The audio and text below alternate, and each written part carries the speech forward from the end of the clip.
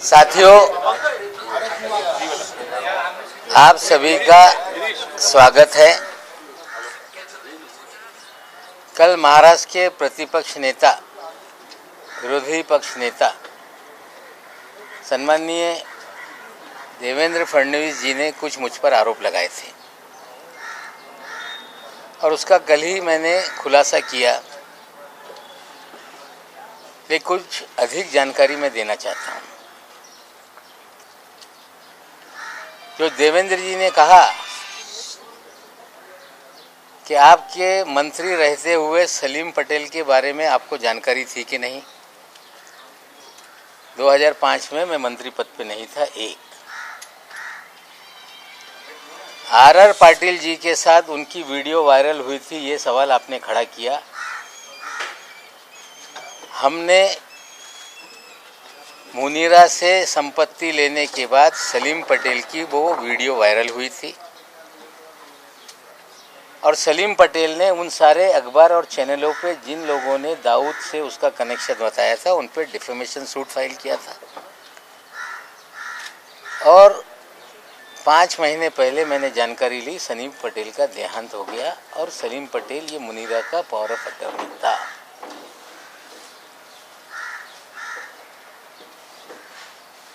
सरदार वली खान के बारे में उन्होंने कहा कि सजा याफ्ता मुजरिम से आपने कोई लेन देन किया है। 2005 में वो कन्विक्टेड नहीं था। जो वॉचमैन वहाँ पे था उनका लड़का था। 300 मीटर पे 7/12 पे उसने अपना नाम चढ़ा लिया था रेक्टिफिकेशन करने के लिए कोई कागज़। वो हमने उनको पैसा दिया था, ये सच्चाई है। लेकिन देवेंद्र जी ने हमें जो लड़ाई में लड़ रहा था या लड़ रहा हूँ, जो एनसीबी में निर्दोष लोगों को फंसाने का, हजारों करोड़ की उगाही करने का, कहीं ना कहीं देवेंद्र जी उसको डाइवर्ट करने का प्रयास कर रहे हैं। और सिर्फ डाइवर्ट करने का नहीं, उस अधिकारी को बचाने का प्रयास हो रहा है, क्योंकि देवेंद्र जी के उस अधिकारी के पुराने संबंध हैं। 2008 में कोई अधिकारी नौकरी पे आता है और 14 साल से मुंबई शहर छोड़ता नहीं। इसके पीछे क्या राज है? देवेंद्र जी औरों को कह रहे हैं कि अंडरवर्ल्ड कलेक्शन के लोग हैं ये। लेकिन देवेंद्र जी, हम आपसे पूछना चाहते हैं कि सारे अंडरवर्ल्ड के लोग, जो अंडरवर्ल्ड कनेक्टेड लोग हैं, जो बड़े बड़े क्रिमिनल हैं, आपने मुख्यमंत्री रहते हुए उन्हें सभी लोगों को जो सरकारी कमीशन है, सरकारी बोर्ड है, उसका अध्यक्ष क्यों बनाया? मुन्ना यादव नाम का एक व्यक्ति जो नागपुर का कुख्यात गुंडा है, जिसपे हत्या से लेके सभी तरह के मामले दर्ज हैं, जो आपका राजनीतिक सारे भय पैदा करने वाला आपका साथी है, उस मुन्ना यादव को आपने कंस्ट्रक्शन वर्कर बोर्ड का अध्यक्ष बनाया था कि नहीं? क्या आपकी गंगा में मुन्ना यादव नहा के पवित्र हो गया था? आपने हैदर आजम नाम के एक आपके नेता को मौलाना आजाद फाइनेंस कॉरपोरेशन का अध्यक्ष बनाया था कि नहीं? क्या हैदर आजम बांग्लादेश के लोगों को मुंबई में बसाने का काम नहीं करता है? क्या हैदर आजम की दूसरी पत्नी जो बांग्लादेशी है, जिसकी जांच मलाड पुलिस स्टेशन ने शुरू की, 24 परगना पुलिस थाने में कागज भेजे गए। बंगाल पुलिस ने भेजा कि ये जो भी बर्थ सर्टिफिकेट है, जो भी कागजात है, ये फर्जी है। पर मलाड पुलिस स्टेशन जब मुकदमा दर्ज कर रही थी तो मुख्यमंत्री के कार्यालय से फ़ोन करके आपने वो मामला दबाने का काम किया कि नहीं? क्या आपके इशारे पे पूरे महाराष्ट्र में उगाही का काम हो रहा था कि नहीं? मामला मुंबई का हो, बिल्डरों के जमीनों का झगड़ा हो, मामला थाना में जाके कंप्लेंट करके दर्ज करके वसूली की जाती थी कि नहीं?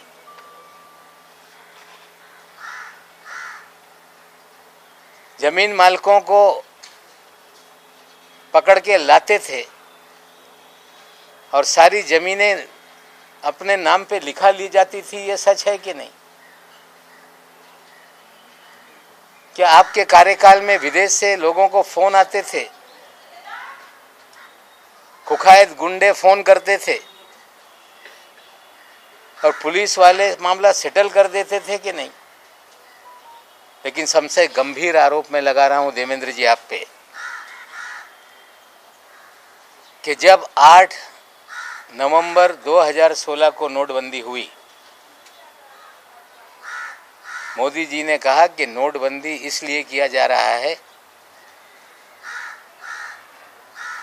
आतंकवाद खत्म होगा, काला धन खत्म होगा। और एक बात मोदी जी ने कही थी कि बड़े पैमाने पे जाली नोट है, उसे खत्म करने के लिए हम नोटबंदी का काम कर रहे हैं।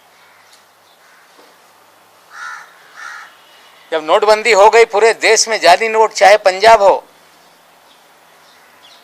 2000 के 500 के जाली नोट पकड़े जाने लगे, मध्य प्रदेश में जाली नोट पकड़े जाने लगे, तमिलनाडु में जाली नोट पकड़े जाने लगे। लेकिन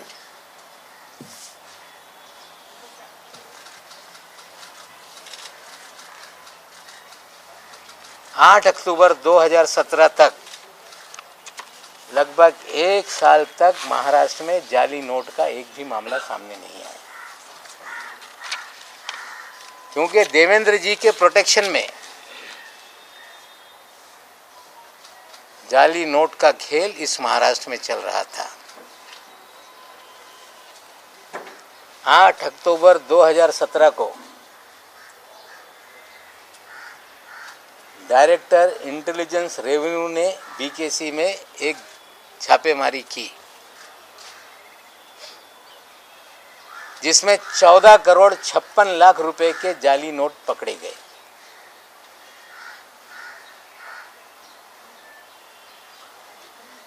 और उस मामले को रफा दफा करने के लिए देवेंद्र जी ने उसमें मदद करने का काम किया।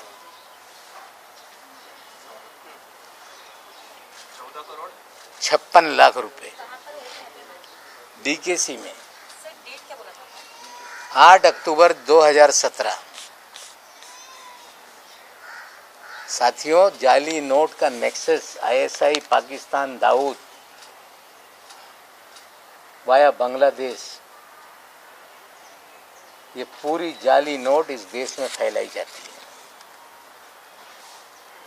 8 अक्टूबर के छापेमारी में 14 करोड़ 56 लाख पकड़े गए। मुंबई में एक गिरफ्तारी हुई, पूना में एक जो गिरफ्तारी हुई इमरान आलम शेख, पूना में गिरफ्तारी हुई रियाज शेख, और एक नई मुंबई में भी उसमें गिरफ्तारी हुई थी। लेकिन 14 करोड़ की 56 लाख की जब्ती को 8,80,000 रुपये बताकर मामला दबाया गया।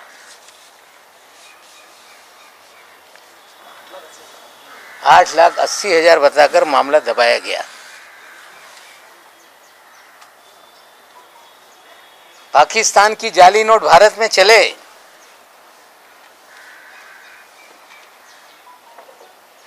मामला दर्ज हो, और उसमें कुछ दिनों में जमानत हो जाती है।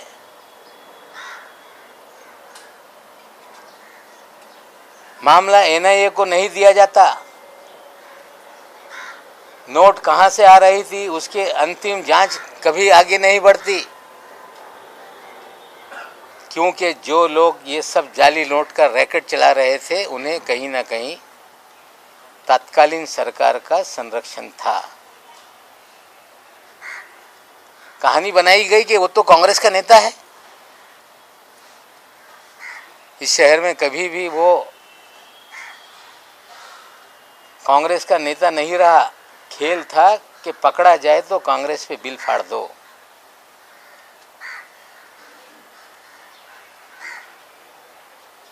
और जो आलम शेख था, इमरान आलम शेख, ये माइनॉरिटी कमीशन 6 महीने के बाद जिसको हाजी अरफात शेख को चेयरमैन बनाया गया, उसका ये छोटा भाई हाजी अरफात शेख, जिसे देवेंद्र जी ने दल बदल करा के अल्पसंख्यक आयोग महाराष्ट्र का चेयरमैन बनाया था, उसका ये छोटा भाई है। देवेंद्र जी, आप मुन्ना यादव को चेयरमैन बनाते हैं, कुखायत गुंडे को। बांग्लादेशियों को इस शहर के अंदर आबाद करता है, उसको आप minority Maulana Azad finance corporation का चेयरमैन बनाते हैं। और जो जाली नोट का रैकेट चलाता है, कहीं छोटे मोटे कोई कार्ड छाप ले के कांग्रेस का नेता बना देता है, रहता है किसी और पार्टी में, काम आपके लिए करता है, और बाद में आप उसे महाराष्ट्र के अल्पसंख्यक आयोग पद का अध्यक्ष बनाते हो। पूरी तरह से आपने राजनीति का क्रिमिनलाइजेशन किया। हम आपसे पूछना चाहते हैं कि रियाज भाटी कौन है?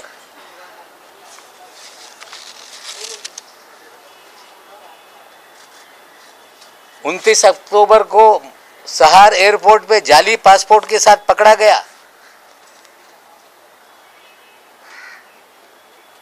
जिसके ऊपर दाऊद इब्राहिम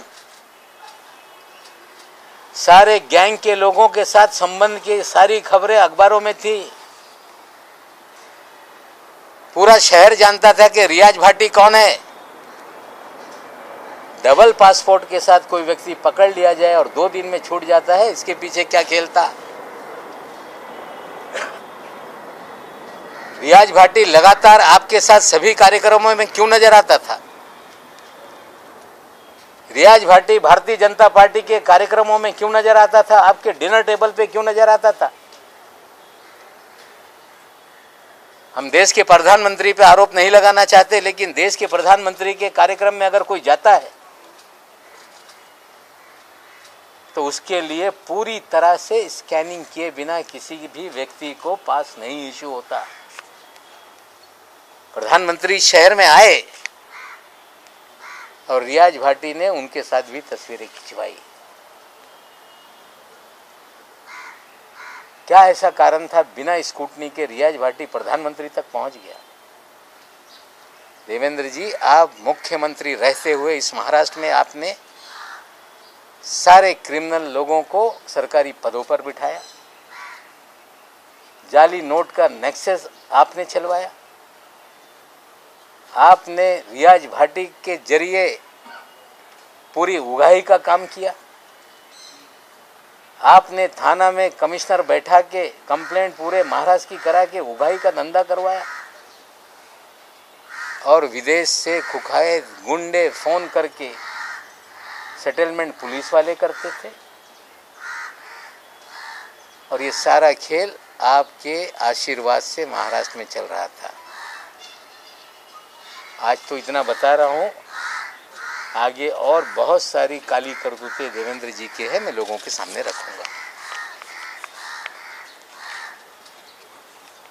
तो इसमें देवेंद्र जी का अंडरवर्ल्ड से कनेक्शन कैसे? रियाज भाटी उनके साथ क्यों घूमता है? 2 पासपोर्ट के साथ अगर कोई अंडरवर्ल्ड का आरोपी एयरपोर्ट पे डिटेन हो जाए तो 2 दिन में कैसे छूट जाता है? प्रधानमंत्री के कार्यक्रम में वीआईपी के पास कैसे बन जाते हैं? जाली नोट का नेक्सस चलता है, जमानत हो जाती है, पैसे कहाँ से आए, कहाँ से, उसका क्यों नहीं इन्वेस्टिगेशन किया जाता? क्या हैदर आजम की बीवी का बांग्लादेश का मामला पुलिस स्टेशन में दर्ज है कि नहीं? क्या मुन्ना यादव ये कुख्यात गुंडा है कि नहीं? हम तो सवाल देवेंद्र जी से पूछना चाहते हैं, इसका जवाब आप दें। अगर ये झूठ है तो बताएं कि नवाब मलिक मुन्ना यादव के बारे में झूठ बोल रहा है। सर, सवाल तो आप पूछ रहे हैं, लेकिन महाराष्ट्र में फिलहाल आप ही की अलायंस वाली सरकार है, होम मिनिस्ट्री एनसीपी के पास में है, तो आप रियाज भाटी फरार है, मुन्ना यादव पे मुकदमे हैं, जाली नोट का मामला डीआरआई का है। जो एजेंसियां केंद्र की काम करती है उनसे हम सवाल खड़ा कर रहे हैं कि इसको फिर से देखो। ये जाली नोट का नेक्सस पाकिस्तान से कैसे लिंक है ये भी देखना पड़ेगा। रियाज भाटी का केस अंडरवर्ल्ड से संबंध है, मामले में पाकिस्तान का कोई लिंक एस्टैब्लिश हुआ था जिसका आप आरोप लगा रहे हैं, और कौन से बेसिस पे आरोप लगा रहे हैं कि मामला रफा दफा किया गया? जब 14 करोड़ 56 लाख पकड़े गए, जाली नोट का मामला था, तो क्या ऐसा हो गया कि जमानत हो गई तुरंत? क्या ऐसा था कि जांच आगे नहीं बढ़ी? और जिसको पकड़ा था उसके भाई को आपने अल्पसंख्यक आयोग का अध्यक्ष क्यों बनाया? और ये योगायोग है कि उस समय भी उस केस का जो इंचार्ज था वो भी समीर दाऊद वानखेड़े ही था। जाली नोट केस का जी, इसके बारे में थोड़ा इलाबोरेट करें। ते डीआरआई मध्ये ही केस झाली होती। ये मामला डीआरआई में हुआ था। और मैं आपको बता दूं कि जो 14 साल से वानखेड़े साहब जो मुंबई में लगातार पोस्टिंग रहे, उनकी posting joint commissioner intelligence revenue की 1 जुलाई 17 को हुई और उस समय उनके ही पास ये डिपार्टमेंट था। ये छापेमारी या जो भी कार्रवाई हुई थी डीआरआई ने की थी और केस को हल्का करने के लिए यही अधिकारी के जरिए देवेंद्र जी ने सारी मदद की थी। हाजी अरफात के भाई का मामला रफा दफा करवाया था। ये कोइंसिडेंस हो सकता है, लेकिन एक ही अधिकारी जिसके ऊपर गंभीर मामले चल रहे हैं, 2 एसआईटी जांच कर रही है, विजिलेंस की जांच हो रही है, और उससे ध्यान भटकाने का खेल कहीं तो नहीं, ये भी सवाल खड़े होते हैं। रियाज भाटी पीएम तक कैसे पहुंचा? ये मैं पूछना चाहता हूं कि किसी भी प्रधानमंत्री के कार्यक्रम में पहुंचने के लिए पूरी तरह से स्टेट की इंटेलिजेंस एजेंसियां, केंद्र की इंटेलिजेंस एजेंसियां उस व्यक्ति का पूरा स्क्रूटनी करती हैं। अगर जिसके ऊपर लगातार दाऊद इब्राहिम के संपर्क के मामले रहे हों और वो सीधे प्रधानमंत्री तक पहुंच जाए तो कहीं ना कहीं उसे किसी न किसी का आशीर्वाद था, जिसके कारण उस कार्यक्रम के भीतर तक वो गया। दाऊद इब्राहिम का आदमी रियाज भाटी है, आज फरार है। थाना में जितनी उगाही हो रही थी उसका भी वो कहीं ना कहीं एक उगाही के कार्यक्रम का हिस्सा था। बहुत सारे मुकदमे खुले हैं जिसमें रियाज भाटी आज फरार है। हमारे साथ कोई फोटो नहीं, भारतीय जनता पार्टी के नेताओं के साथ फोटो है। सर, परदेशातून काही फोन येत होते तुमचं असं म्हणणं आहे आणि पोलीस त्याच्यामध्ये मध्यस्थी करत होतं, समजू शकेल का ते पोलीस कोण मध्यस्थी करत होते? नाही, त्याच्या बाबतीत काही तपास सुरू आहे, त्याच्यावर मी भाष्य करू इच्छित नाही। सर देखिए, प्रेस कॉन्फ्रेंस तक ठीक है, पर आउटराइटली सेट की काउंटरफीट वाला डीआरआई के पास है, बट फिर भी as I earlier also said कि होम मिनिस्ट्री आप ही के पास में है, आज आपकी पार्टी के पास में है। स्टिल आप लोग कोई इंक्वायरी जो आप एलिगेशन देवेंद्र फडणवीस पे लगा रहे हैं, एटलीस्ट स्टेट इंटेलिजेंस एजेंसी तक जो लिमिटेड है वो वाला पार्ट आप लोग इन्वेस्टिगेट कर सकते हैं, राइट? तो are you going going to write to your own the home minister who is from your देखिए, party? मैं अगर इस तरह से चीज़ें करूँगा तो लोग कहेंगे कि नवाब मलिक लोगों को फंसा रहा है। सर प्रेस कॉन्फ्रेंस में हम बता रहे हैं, देखते हैं कितनी ईमानदारी से चीज़ें फिर शुरू होती है। रियाज भाटी को लेके देखते हैं क्या सफाई आती है। सर, रियाज भाटी को पॉलिटिकल लॉबीज बताया जा रहा है और लगभग सारी पार्टियों के नेताओं के साथ उसकी फोटोज लाइव सारे ग्रुप्स में शेयर की जा जाती है किसी के पैरेलल। तो नहीं, देखिए ऐसा है, रियाज भाटी किसके साथ तस्वीर उतार रहा है ये सवाल नहीं है। सवाल ये है कि 2 पासपोर्ट के साथ अगर कोई एयरपोर्ट पे क्रिमिनल पकड़ लिया जाए तो 2 दिन में कैसे छूट जाता है। सर लेकिन आप लोगों का नेक्स्ट सवाल ये है कि प्रधानमंत्री के कार्यक्रम में कैसे एक्सेस मिल जाती है। तस्वीरें किसी की शादी में किसने उतार ली, मैं ये नहीं कहना चाहता। किसी नेता के साथ उसकी तस्वीरें, ये आरोप मेरा नहीं। मेरा आरोप है कि 2 पासपोर्ट, जाली पासपोर्ट के साथ मुंबई एयरपोर्ट पे पकड़ा गया एक कुकैद गुंडा, 2 दिन में जमानत हो गई। तो अदालत से हुई होगी। एक कुकैद गुंडा जिसके ऊपर लगातार आरोप थे, प्रधानमंत्री के कार्यक्रम के भीतर जो वीआईपी का पूरा अरेंजमेंट था उसमें कैसे पहुंचा। पूरी तरह से देवेंद्र जी का संरक्षण उसको था। सर, उद्धव ठाकरे आणि अनिल देशमुखांसोबत सुद्धा रियाज भाटीचे फोटो आहेत, सध्या ते व्हायरल होतात। मी फोटोच्या बाबतीत आरोप लावत नाही। बोगस पासपोर्टच्या जो केस आहे 2 दिवसात कसं त्याला सोडण्यात आला। पंतप्रधान यांच्यासोबत स्कूटनी केल्याशिवाय कुणाला जाण्याची परवानगी नसते। हे त्यांना ॲक्सेस देण्यामागे कोण होतं हे माझे प्रश्न आहे। सर त्यांचे अंतर्वर्षी मामला हुआ है, संबंध होते आप सर- म्हणता आहात, तर त्यांचे अनिल देशमुख उद्धव ठाकरे यांच्यासोबत देखील फोटो आहेत। तुम्ही या प्रकरणाची चौकशी करण्याची मागणी नाही, फोटोवर मी कधी आरोप लावत नाही। माझ्यासोबत पण कोणी येईल, फोटो काढून जाईल। सार्वजनिक जीवनात लोकांच्यावर फोटो लोक काढताय। मुन्ना यादव हे शासकीय समितीवर अध्यक्ष होते की नाही? हाजी अरफात मायनॉरिटी कमिशनचा चेअरमॅन होता की नाही? आजम हैदर हे मौलाना आझाद फायनान्स कॉर्पोरेशनचे चेअरमॅन होते की नाही? एका पदावर नेमणूक करत असताना पोलिसांकडून रिपोर्ट मागवण्यात येते की नाही?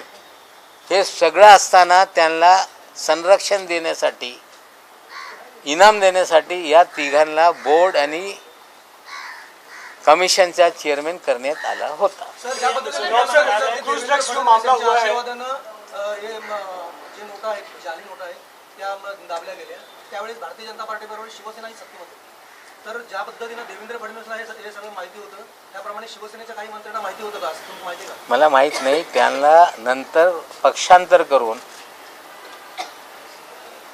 अल्पसंख्याक आयोगाचा अध्यक्ष करण्यात आला। म्हणजे हे लोक यांच्यासाठी काम करत होते हे याच्यातून निश्चित होते।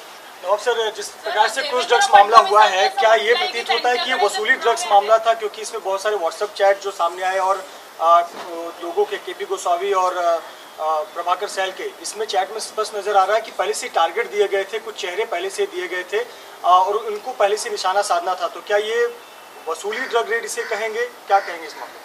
देखिए, 13 लोगों को चिन्हित किया गया। जो 3 तारीख की रात में जो डीजी प्रधान साहब हैं उन्होंने मीडिया के सामने कहा कि भारत के इतिहास में पहली बार मिड सी ऑपरेशन हम लोगों ने किया। एक क्रूज पे छापेमारी हुई, 15 दिन से हम तैयारी कर रहे थे और इस तरह की बातें कही गई। सारे देश में उसको लेके खबरें चलने लगी। लेकिन हमने पहले 6 तारीख को सवाल केपी गोसावी और मनीष भानुशाली पे उठाए थे। हमने पहले कहा था कि उगाही का मामला है। व्हाट्सएप चैट के जरिए जो प्रभाकर कह रहा है कि कुछ लोगों के प्री डिसाइडेड फ़ोटो बांटे गए थे, उन्हीं को पकड़ना था, ये सारा उनके कन्वर्जेशन में है। अगर रेड शिप पे डाली गई तो क्रूज को बिना परमिशन सेल करने की परमिशन क्यों दी गई? उस क्रूज में पूरी तरह से तलाशी क्यों नहीं ली गई? क्यों टर्मिनस से ही लोगों को डिटेन कर लिया गया? क्यों आर्यन खान को किसके कहने पे वहाँ तक लाया गया? आर्यन खान के घर वालों से 25 करोड़ की मांग क्यों की गई? डिस्काउंटेड रेट 18 करोड़ में डील क्यों हुई? 50 लाख रुपए उठाए क्यों गए? ये सारे सवाल हैं। दोनों एसआईटी के सामने सारे बयान हैं, सीसीटीवी फुटेज है, ऑल सीडीआर होगा, इलेक्ट्रॉनिक एविडेंस भी उसमें है। लेकिन कहीं ना कहीं लोगों को डराया जा रहा है कि आपने पैसा दिया, आप भी मुकदमेबाजी में फंस जाओगे। मैं आज फिर कहता हूँ कि रैंसम मांगने वाला गुनहगार होता है। अपने बच्चों को बचाने के लिए फिरौती देने वाला कभी भी गुनहगार नहीं। मैं उनको फिर कहता हूँ कि डरो मत, आप विक्टिम हैं, आप गुनहगार नहीं। डराने से आप डरेंगे तो इस शहर में इसी तरह का उगाही का काम चलते रहेगा। देखिए, समीर वानखेड़े के अगेंस्ट जो एलिगेशंस हैं वो एनसीबी की विजिलेंस टीम इन्वेस्टिगेट कर रही है। Usually people go for a central agency which is मतलब जो कि मेन एजेंसी का पार्ट नहीं हो, ये आदमी एनसीबी का ही ऑफिसर है और एनसीबी ही इनके खिलाफ इंक्वायरी कर रही है। Do you have any plans of asking for another agency probing this? क्योंकि मुंबई पुलिस की मैं फिर बोल रहा हूँ कि 26 मामलों को हमने पत्र लिखा है कि ये जाली मामले हैं। एनसीबी एक ऑर्गेनाइजेशन है, उनके भीतर भी जांच करने का उनका अधिकार है, काम है। लेकिन अगर इस शहर में किडनैप करके उगाही का काम चल रहा हो, लगातार मुंबई पुलिस को कंप्लेंट मिल रही है, तो पैरेलली 4 अधिकारियों की कमेटी उसकी जांच कर रही है और निश्चित रूप से जो सच्चाई होगी वही लॉजिकल एंड तक जाएगा। भाई आपने कहा उगाही के लिए बाहर से फोन आता था। भाई इसने कल जब आरोप किया है आपके ऊपर किया, ये जो मामला है इसको इनकम टैक्स भी कर सकते हैं और चूंकि इसमें अंडरवर्ल्ड है इसलिए एनआईए भी इसको कर सकती है और मैं पवार साहब को बात भी करूँगा।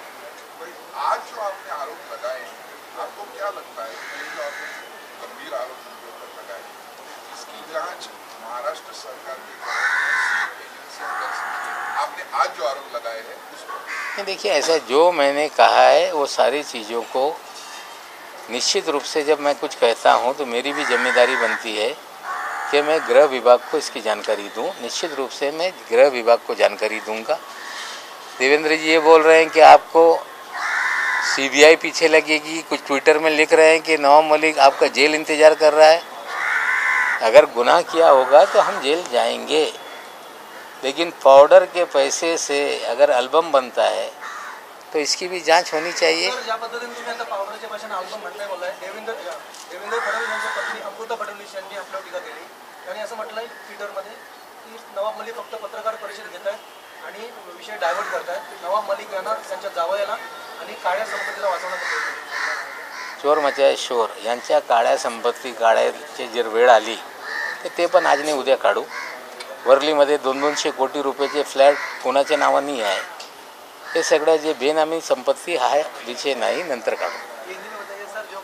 मैंने देखिए ऐसा है, मैं महिलाओं के बारे में कुछ बोलना नहीं चाहता। महिलाएं अपना काम करती हैं, मुझ पे कितनी भी उंगली उठाए मैं किसी महिला को जवाब देना नहीं चाहता। मेरे दामाद का क्या मामला है, एनडीपीएस के स्पेशल कोर्ट ने बेल ऑर्डर में स्पष्ट रूप से लिखा है। काला पैसे का मुझ पे आरोप लगा रही है। काला पैसे का बेनामी संपत्ति की ही बात है तो किस लोग आदमी के नाम पे 200 करोड़ का फ्लैट है? बीकेसी में कौन फ्लैट लेकर किसके नाम पे रह रहा है? काला धन बेनामी संपत्ति का ही अगर शौक है, ठीक है, शुरू करिए। हम तो पूरी तरह से तैयार हैं कि आपका ईडी, सीबीआई, एनआईए जो भी मेरी जांच करानी कराइए, लेकिन जो कागज़ मैं दूंगा उसकी भी जांच होगी, ये भी मुझे वो आश्वासन दें। सरकार के कार्यकाल में जो कुछ निर्णय लिए गए थे फडणवीस सरकार के वक्त, क्या उसकी जांच फिलहाल? देखिए वो सरकार, मैं आज सरकार की तरफ से प्रवक्ता के नाते नहीं बोल रहा हूँ। मेरी लड़ाई नाइंसाफ़ी, लोगों को बेगुनाहों को जेल में डालना, उगाही का मामला, इसको लेके सरकारी बात आगे करेंगे। धन्यवाद। या चित्रपटात तुम्ही हिरो आहात कारण तुम्ही एकटेच लढत आहात असं सुद्धा बोललं जात आहे, पण विलन नेमके किती आहेत? विलन तर आता चंडाल चौकडी आहे, ते चंडाल चौकडीच्या विरोधात मी लढतोय।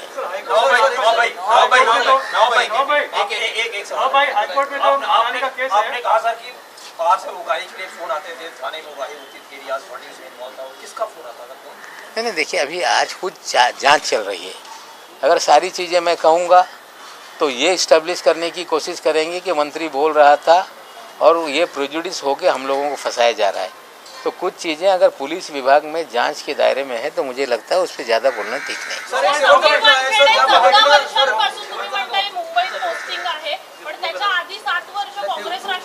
तो 7 वर्ष होता प्रोबेशन पिरियड, नाही 7 वर्ष होता ठीक आहे, नंतरच्या 7 वर्ष हे म्हणजे का 7 वर्षावर माझा आक्षेप नाही आहे, पण आता नंतरचे 7 वर्ष या मुंबईत कसं आहे त्याच्यावर आक्षेप आहे।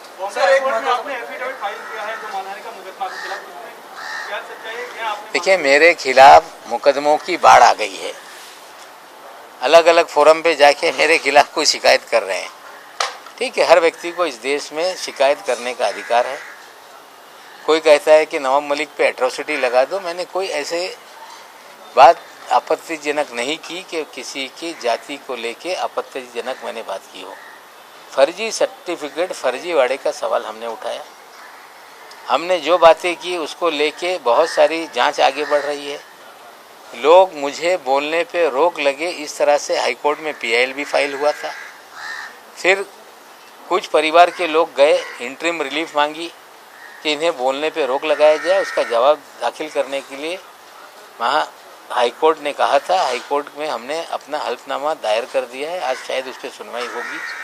कोई क्रिमिनल प्रोसिजर चला रहा है तो ये न्यायालयीन लढाई है, निश्चित रूप से हम लढेंगे। सर, ज्या पद्धतीनं हे आता आरोप प्रत्यारोप सुरू आहेत, केस एका साईडला आहे ड्रग्स प्रकरणाची आणि त्याची चौकशी एजन्सीज करतायत, आता हे वैयक्तिक पातळीवर उतरलं असं मला हे अजिबात वैयक्तिक पातळीवर जात नाही। मी सुरुवातीपासून बोलतो, रविवारी पण बोललं होतं की ही लढाई अन्यायाच्या विरोधात आहे। मी या अन्यायाच्या विरोधात लढत असताना जे लोक निष्पाप लोकांना गुंतवत आहे, जी लोक खंडणी वसूल करताय त्यांच्या पाठराखण करू नये। मी मागच्या रविवारी हे आवाहन केलं होतं, तरी त्यांना वाचवण्यासाठी लोक समोर येत असतील तर मग मला बोलावं लागतं है। ये हाइड्रोजन बम था, हाइड्रोजन बम अभी बचा है। कुछ बहुत सारे बम हैं, लड़ाई कैसे आगे जाती देखेंगे, कुछ विधानसभा में भी फोड़ेंगे। धन्यवाद। आपण बघितलं नवाब मलिक यांची पत्रकार परिषद झालेली आहे। या पत्रकार परिषदेमध्ये नवाब मलिक यांनी देवेंद्र फडणवीस यांच्यावर अनेक गंभीर आरोप केलेले आहेत। या सगळ्यामध्ये नवाब मलिकांनी सगळ्यात मोठा आरोप केला म्हणजे रियाज भाटी हा सध्या फरार आहे, त्याचे दाऊदशी संबंध आहेत आणि त्याला संरक्षण देवेंद्र फडणवीस यांनी दिल्याचा आरोप सुद्धा नवाब मलिक यांनी दिलेला आहे। त्याचबरोबर देवेंद्र फडणवीसांच्या 5 वर्षांच्या कार्यकाळामध्ये गुन्हेगारांना सरकारी पदांवर बसवलं गेलं, राज्याच्या राजकारणाचं गुन्हेगारीकरण केलं, अशा प्रकारचा आरोप सुद्धा नवाब मलिक यांनी केलेला आहे।